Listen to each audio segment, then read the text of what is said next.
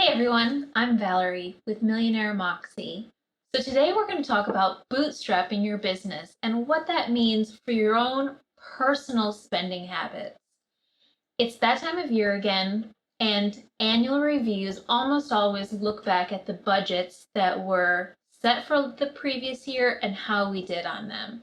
There are a few steps that you should take when looking at your own personal spending to try to reduce it and actually get yourself to a point where you have more freedom and more choice. And really, that choice is what drives satisfaction in life, that we have control over our own lives by having a lower operating cost for our personal lives.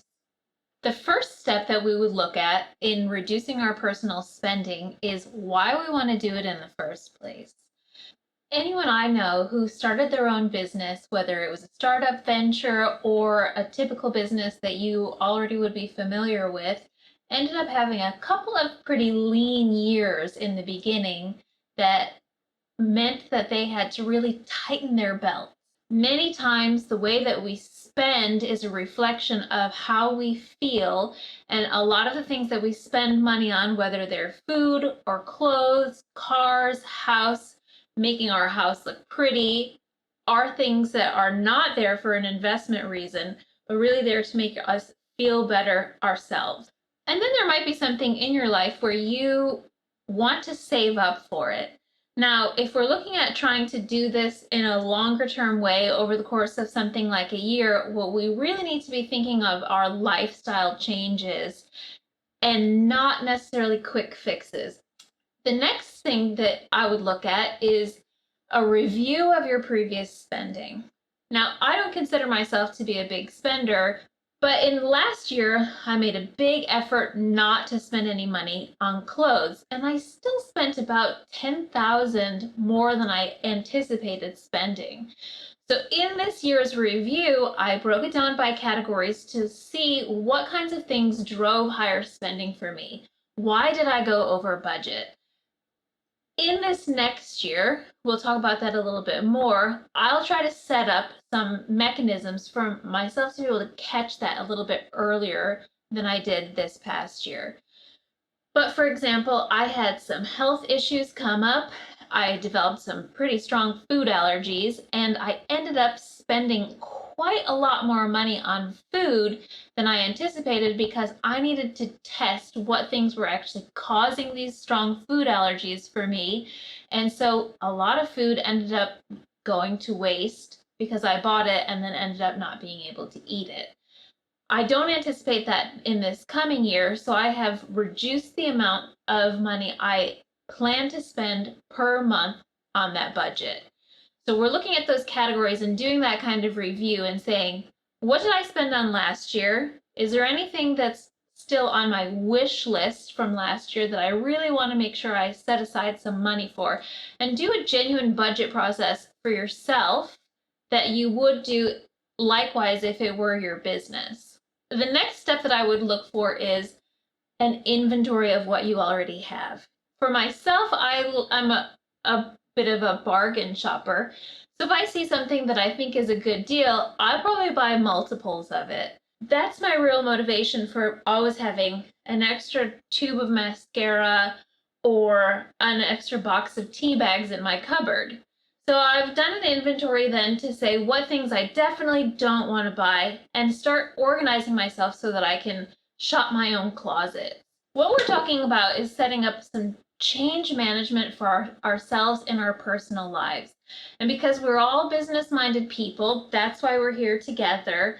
I've decided to bring in some of these change management frameworks that could potentially help us. The number one framework that I would look to is the ADKAR framework. I love this framework. I used it very heavily in previous roles, and I really think it's effective. ADKAR stands for awareness, desire, knowledge, action, and reinforcement. Awareness we're getting from the review that we did last year. Desire is choosing those things that we know we should be spending less on, like eating out, spending money on clothes, redoing things in our house, or buying trinkets that we think it will make it look better.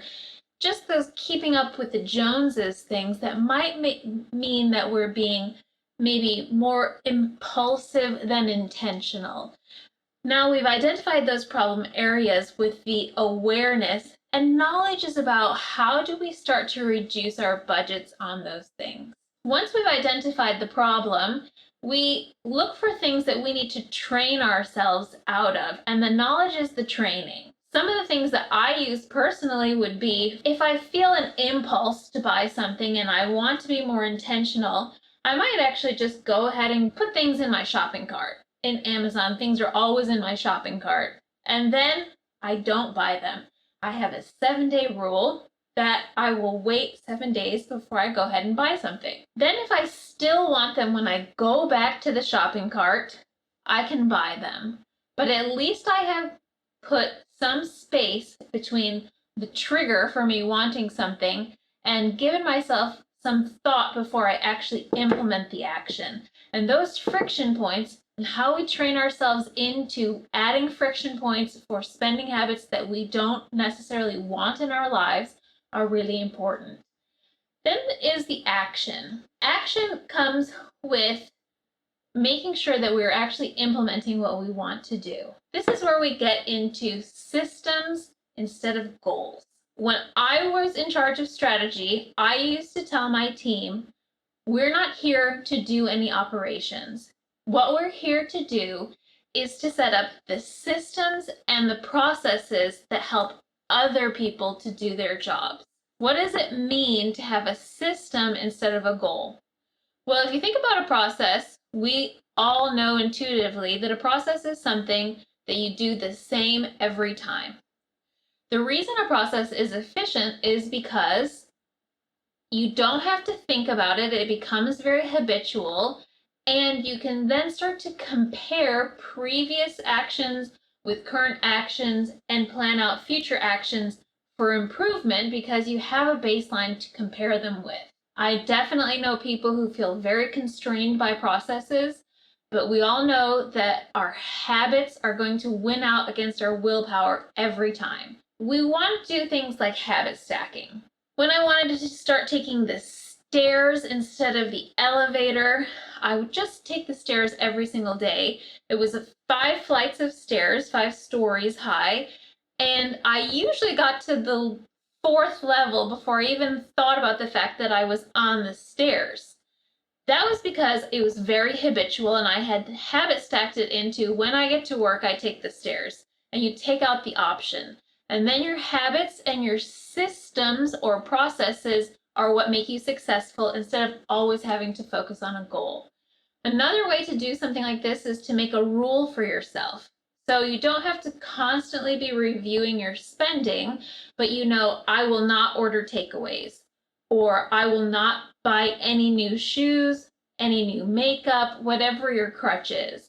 Another option is to replace one habit with another. Then you don't have to think about building a new habit in, which is a very difficult thing to do.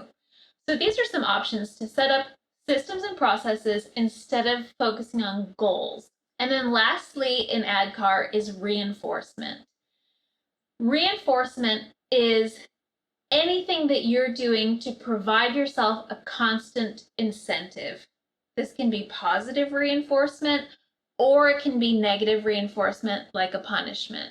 So some things that you can do to reinforce would be to have an accountability group. Maybe your accountability group is your spouse, maybe it's a business partner or a friend sharing in the goals, and you guys can all give each other tips. One of the things that I would take from some of the other change management models is quick wins. You want to feel like you're actually accomplishing something. Making progress is actually one of the strongest motivators that we have psychologically. You can see that a no buy year or a no spend year could help us to identify some of these habits and see where our weaknesses are in any particular category, address those things, and potentially lower the operating cost of our lives over the course of a year. We don't want to be materialistic. We know that wealth is what you don't spend, the money that you keep. and not the money that you earn. Now, this is because you need your money to work for you if you actually want to build more wealth. To have this at hand when you are in a shopping situation or in a moment where you might feel an impulse, you could just open a compound interest calculator on your phone and type in the amount that you wanted to spend on something. So as you can see, we're going through this. We have said, what's our purpose? Why are we doing this? And try to be purpose oriented. We have then looked at the review of the previous years to gain awareness and desire for what we want to do with those first two steps. Then we've actually checked some of our impulses and really explored our own psychology to look at the knowledge and the training we need to give ourselves to be able to break some of those old spending habits. We've put the actions in place through systems and processes, and then we've looked to reinforce that through reporting to ourselves, accountability groups, or other types of maybe rewards that we can give ourselves across the year. My goal for this year is to lower my operating costs by 40% over last year. Let us know in the comments below what your goal for the year is. And don't forget, a year doesn't have to be January 1st to December 31st. A year can start today. It can start tomorrow. If you like this content, go ahead, hit the like button and subscribe.